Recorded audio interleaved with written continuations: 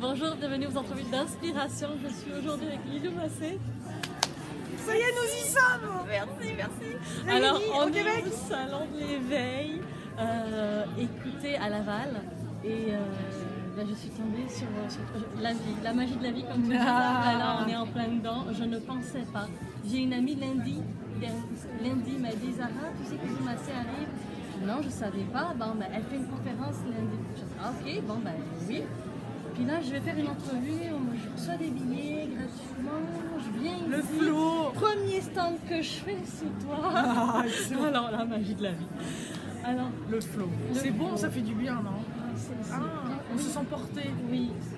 On se sent porté, Oui. on se sent guidé, on se sent uni avec l'univers.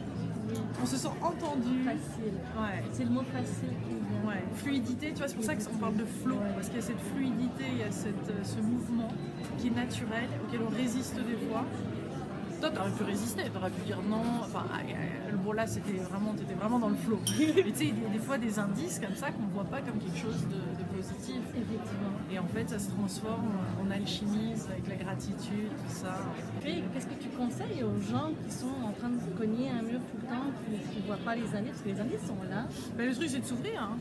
C'est vrai qu'avant tout, si on continue de se cogner, si on continue de rencontrer le même style d'homme, qu'on continue de rencontrer le même style de boss, qu'on continue d'avoir le même style d'amis, etc., et qu'il y a une plainte générale et tout, déjà d'une, c'est prendre conscience. Je pense qu'on est la personne en commun parmi toutes ces relations. Donc il y a peut-être quelque chose chez soi, en fait, qui a besoin d'ouvrir. Et c'est ok, on n'a pas besoin de le faire, on n'est plus dans l'air de le faire avec dureté, avec difficulté. Là, on parle d'accepter aussi qu'on a pu faire des erreurs dans le passé, ou sur le moment qu'on n'écoute pas son intuition, ou qu'on a pris des mauvaises décisions. Ok, très bien, on le fait avec douceur et on bouge, ok. La prochaine fois, je ferai mieux. Et on bouge comme ça, petit à petit, en fait, en acceptant ces situations où on va être humain, on va peut-être mal faire, mal communiquer et autres pour continuer d'avancer. Et le parcours et le chemin va s'ouvrir. En fait, c'est vrai qu'au début, quand tout bloque, on a l'impression que ça bloque tout le temps. Je pense que c'est d'une, prendre la responsabilité, 100% responsabilité pour ce qui se passe. De trouver cette gratitude, de faire face à ça, de trouver la générosité de cœur, en fait, de trouver pourquoi je pourrais être reconnaissant d'une seule situation. Oui, parce que c'est un cadeau mal emballé. C'est un cadeau mal emballé. Très mal emballé, très mal emballé des fois. On le reçoit, c'est pas génial. Voilà, Début, là. bah, une perte d'emploi c'est jamais agréable, de se retrouver comme moi à 32 ans de retour chez ma mère, à 32 ans après avoir été indépendante financièrement, c'est pas du tout agréable, d'avoir une perte de virée à Londres alors que je venais de déménager des États-Unis et je reçois un coup de fil et que je parlais de la loi de l'attraction, de tout ce qui était positif et de faire face à ça, voilà, c'est jamais confortable.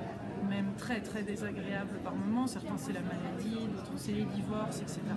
Mais ces moments-là sont exactement, c'est comme si on avait choisi pour que notre âme évolue, de faire face à de tels moments, qui sont ensuite, si on l'accepte et si on trouve la gratitude pour cette difficulté-là qu'on est en train de vivre en ce moment, non pas que la gratitude va figer justement le problème, mais ça va l'ouvrir. Ça veut dire qu'on accepte ce qui est, donc ce qui est peut disparaître, entre guillemets, enfin il n'y a pas besoin en fait, plus on résiste, tu vois, plus ça continue.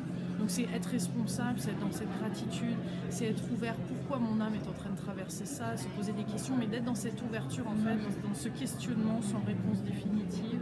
C'est-à-dire ok, je suis ouverte à découvrir ce qui se passe réellement. Au lieu de savoir, parce que souvent on sait en fait. Ouais. On pense savoir pourquoi c'est ça, ou on pense que c'est les autres et tout. Alors que quand on commence à s'ouvrir, il y a d'autres indices, d'autres choses qui peuvent apparaître. Mais est-ce que tu peux dire que les enfants le sont beaucoup plus dans c'est ça, je trouve la solution, j'avance, j'accepte. Ils ont quelque chose d'automatique en fait. Quand ils naissent, avant que nous on décide de les mettre dans des boîtes et leur dire c'est bon, c'est pas bon, c'est naturel pour eux. Ouais, ils sont Il n'y a très rien de grave, spontanés. il y a rien de... Après, je pense qu'il y a aussi un accompagnement qui est nécessaire pour l'enfant, mais c'est vrai qu'on a tout à apprendre d'eux sur cette spontanéité, sur cette joie, surtout le fait de tomber, se relever, et 5 minutes après, la colère est passée, les pleurs, et il y a quelque chose d'autre, et hop, on passe à autre chose. En fait, nous, c'est du passé qui revient, c'est des blessures passées, c'est des mémoires passées. Donc l'idée de tout ça, c'est de s'alléger et de prendre responsabilité et de se dire qu'est-ce que j'ai à apprendre de ça pour alléger le plus possible. Les énergies, les fréquences montent et dans le coup les synchronicités, les signes, la la magie de la vie apparaît de plus en plus. Mais il faut s'alléger, en fait. On est là pour s'alléger de tout ce karma, de toute cette... que ce soit qu'on croit aux vies passées ou pas d'ailleurs, mais toute cette lourdeur en fait qu'on porte en nous et on en est carrément capable. En fait, ça demande du courage, ça demande énormément de courage. En fait, c'est le truc principal. Et je pense qu'on est des âmes tous très très courageuses d'avoir fait face à ce moment-là, parce que là, tout est en train de se libérer. Donc, on nous demande de justement libérer ça. Donc, et pour des générations et des générations précédentes, et des pays et des régions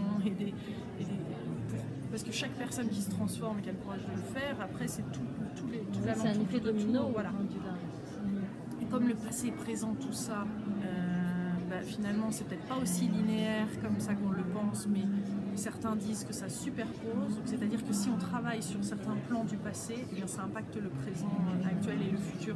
Donc c'est extraordinaire. Mais des fois même, je dirais même, c'est notre vie, mais les gens autour de nous, parce qu'on règle une situation, par exemple avec papa ou avec maman, peu importe. Mes parents, moi je l'ai vu, il y a des choses qui se sont réglées dans leur inconscient. Voilà. Il y a des choses qui sont... Et tu as fait le travail pour eux. Et c'est à nous de faire le travail, en fait, au lieu d'attendre que ce soit nos parents et qu'ils le fassent ou d'autres personnes, c'est vraiment à nous. Et on peut vraiment prendre beaucoup de choses. Il y a beaucoup de transformations qui est possible et de transmutation qu'on est capable de faire nous, sans forcément les impliquer. Et qui peut être fait très rapidement et facilement maintenant. Après, ça dépend à quel point on a envie de continuer de porter sa peine et se rendre raison sur le fait qu'on mérite c'est pas. la limite, est-ce que j'ai atteint enfin ma limite, est-ce que je suis prête à changer les choses dans ma vie? Ouais. Non, mais puis, je veux dire, le bonheur est sans fin. La connexion avec l'âme et la qualité de vie et la fluidité, elle va pas toujours être là. Mais quand elle est là et petit à petit, plus on pratique, plus c'est présent. C'est quand même un nectar, c'est un délice et moi je souhaite le vivre le plus régulièrement possible, d'où après le défi des 100 jours, d'où on pose des pratiques, parce que l'idée du défi c'est de poser une intention pour 100 jours et tous les jours de choisir des pratiques. Parce qu'en fait c'est les pratiques sur une certaine durée qui vont faire la différence. C'est le fait de tous les jours choisir des outils, se dire ok je démarre ma journée en posant une intention, ok aujourd'hui je vais méditer, je vais lire, je vais choisir au moins 3 pratiques tous les jours. C'est changer ses habitudes. C'est changer ses habitudes, mais c'est aussi en reprendre de bonnes. Quoi. Donc c'est changer, c'est casser sa routine, ça c'est génial, parce que ça permet de sortir de sa zone de confort et tout.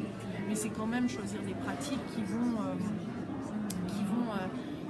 juste tu vois, là tu tiens les petites cartes. Et bien juste une petite carte comme ça qu'on tire le matin, avec intelligence de cœur par exemple. Et bien on va se dire toute cette journée, on va écouter avec notre cœur, avec l'intelligence de notre cœur. Et là il y a un petit truc qui change, c'est pas grand chose. Mais c'est finalement énorme sur la journée, parce que si on commence à le voir avec ce prisme-là, bah d'un seul coup, tu vois, la terre. Comme là, elle est tombée toute seule, alors c'est la carte du jour.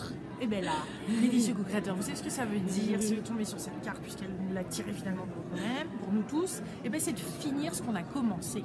Voilà. Alors vous qui avez commencé déjà plein de projets, et bien le finir c'est très très puissant. C'est comme finir le défi des 100 jours, c'est très puissant d'aller jusqu'au bout d'un truc, d'aller jusqu'au bout d'un projet, de le finaliser. Et même si on l'a dépassé et tout et qu'on la met dans un coin, ben, le regarder, refaire un bilan, dire okay, qu'est-ce qui s'est bien passé, qu'est-ce qui s'est pas bien passé, comment continuer d'avancer, avançons pas à pas. Donc, je trouve que ça se fait pas à pas, il y a des gens qui ont la chance d'être d'un seul coup, ça y est, ils sont éveillés, mais la plupart d'entre nous, ça se fait petit à petit. Et j'ai envie de revenir sur la magie, parce que j'ai préparé l'entrevue hier soir et j'avais magie et confiance. J'avais les deux qui venaient. Tu sais, des fois, on est dans la magie, on est dedans, on sait que ça marche. 2 jours, ça marche, 3 jours, ça marche. Des fois, c'est 2 heures. Il nous arrive quelque chose, puis ça, on se met à douter. Et là, je le lis beaucoup à la confiance. Ouais, moi, je le lis à l'impermanence et à la loi de l'impermanence et le fait que les choses, c'est ok. En fait, moi, je le lis à accepter aussi que ça soit pas tout le temps comme ça. Donc c'est correct d'avoir des doutes malgré Et ouais, et puis ça sera toujours là, et c'est ça qui est beau, et c'est ça qui donne, le chemin est sans fin. fait, le chemin il est sans fin et ça veut dire qu'il y a encore plus à découvrir, ça veut dire qu'il y a encore plus à vivre, ça veut dire qu'il y a encore plus de joie, plus de cœur, plus de créativité. Toutes ces choses qui sont illimitées, en fait, c'est les choses sur lesquelles on peut s'appuyer, qu'on peut chercher à avoir plus, et non pas matériellement. Voilà, et j'ai rien contre le matériel. C'est juste que pour avoir vécu une identification très forte au matériel il y a quelques années, j'ai dû perdre tout ce que j'avais pour réaliser que c'était finalement une prison. Et donc la magie, oui, c'est bien sûr, plus qu'une confiance, moi je trouve que c'est une foi. En fait, moi ce qui se développe petit à petit, c'est une foi en la vie, en moi-même, en l'univers, c'est-à-dire que c'est très puissant, c'est des mots que j'aurais pu jamais prononcer avant, si tu veux. Plus le cœur s'ouvre, et en fait ce qui est déterminant, c'est l'ouverture du cœur. Ce que nous ne pouvons pas échapper dans tout ça, pour parler à notre âme, pour être en communication avec notre âme, pour vivre des moments magiques, tout ça, c'est l'ouverture de cœur. Donc c'est le truc principal, parce que tout ça commence par le cœur, et c'est transformé dans le cœur, et on accède à des niveaux plus subtils de la vie par le cœur. Donc c'est impossible de passer au-delà de ça. C'est toute une question d'ouverture de cœur, en fait, c'est une porte. C'est-à-dire que dans l'univers, il y a le soleil, qui est au centre du système solaire, et bien le cœur est au centre de notre univers. Donc c'est important de le voir et de faire le travail nécessaire. Et c'est ça qui libère après, c'est ça qui permet une légèreté, une fluidité, un côté comme l'enfance, une spontanéité, tu vois, et c'est transmuté. Ça ne veut pas dire que c'est juste ça, parce qu'il y a aussi un travail qui est profond à faire au fur et à mesure et qui se présente. Plus le cœur s'ouvre, après ça commence. Moi je libère en ce moment des mémoires qui sont, est-ce que j'aurais pu les traiter il y a 10 ans? Peut-être, mais j'étais pas encore prête. C'est-à-dire que c'est comme si c'était des couches, tu vois. Et ça paraît aberrant d'en être encore là par moment, mais en fait c'était des trucs qui n'auraient pas pu sinon, donc on doit... Il y a comme un processus, des étapes. Mais bon, voilà. Hein. Oui, c'est ça. C'est quand c'est parfait, en fait. Ça vient, faire confiance en effet. Avoir confiance,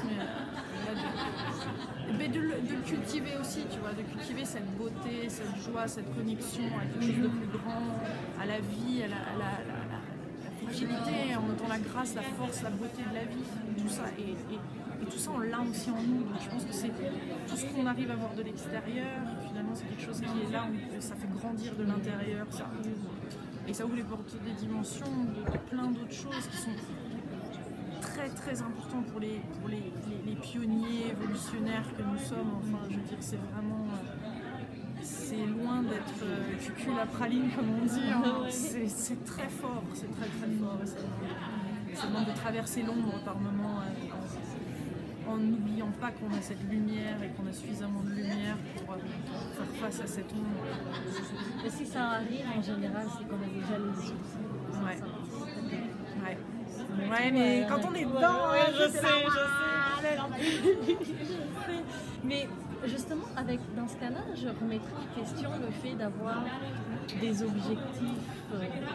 Tu sais, on dit toujours des objectifs smart, qu'ils soient quantifiables, blablabla. C'est ça, j'ai presque envie de dire peut-être une intention X, sans avoir à figer, parce que finalement, on pense qu'on a besoin de ça, mais il y a autre chose qui est peut-être mieux pour nous qu'on ne connaît pas. Il y a une magie quelque part. Ah non, mais je suis entièrement d'accord. Et que là, je suis en train de remettre en question mes faits de dire est-ce que je vais aider les gens à avoir des objectifs. Moi, j'ai lâché le côté objectif. Ça m'apportait jamais une satisfaction parce qu'en fait, j'avais un objectif et j'arrivais à l'atteindre. J'ai une puissance assez masculine pour y arriver. Et en fait, il y a juste... une fois que j'ai défoncé la porte et que j'avais le résultat, qui était presque du forcing par moment, j'y arrivais, mais aucune satisfaction après. Ça durait pas longtemps. Par rapport aux efforts mis. Alors que la beauté, tu vois, quand tu mets une intention d'aider, de contribuer, et que tu es dans une ouverture complète, l'univers te sert de toi et tu te retrouves dans des endroits auxquels tu n'aurais jamais pensé, dans des situations. Donc et en plus, quelle beauté, on peut plus avoir de l'humilité face à ça en plus, tu vois, parce qu'on l'a co-créé, on a fait notre part, hein, mais il y a quand même une autre partie qui est là. Ah oui, non. Non, j'aurais jamais, il y a une semaine, j'aurais jamais pensé ça. Donc c'est tellement bon. Écoute, on vit la magie, là on en plein dedans. c'est beau. Evan, est-ce que tu as une question? J'ai mon fils qui Evan, viens là, viens poser une question. Là, c'est cool. Ah ouais, c'est cool ça. Ouais. Champion. Je t'aime. C'est une question? Est-ce que tu veux dire quelque chose? Qu'est-ce que tu as sur ton t-shirt? Next, surf hero. Un héros, c'est quoi pour toi un héros? C'est quelqu'un qui aide les personnes qui sont en danger. Ouais. Il y a des super-héros. Alors c'est quoi la différence entre un héros et un super-héros? Un héros, c'est comme quelqu'un Les super-héros, ils ont des capes souvent. souvent ils vont comme plus sauver des personnes et les super-héros, c'est ceux qui vont plus s'occuper de ceux qui sont méchants. Tu vois, qui vont avec l'ombre, c'est ce qu'on disait tout à l'heure, qui traversent cette ombre, qui sont... C'est très bien. Nous sommes des super-héros. Voilà, super-héros, pas zéro. Héros. Le jeu de mots. Oh, bah merci. Merci à toi, Zara. Bye les amis. Bisous.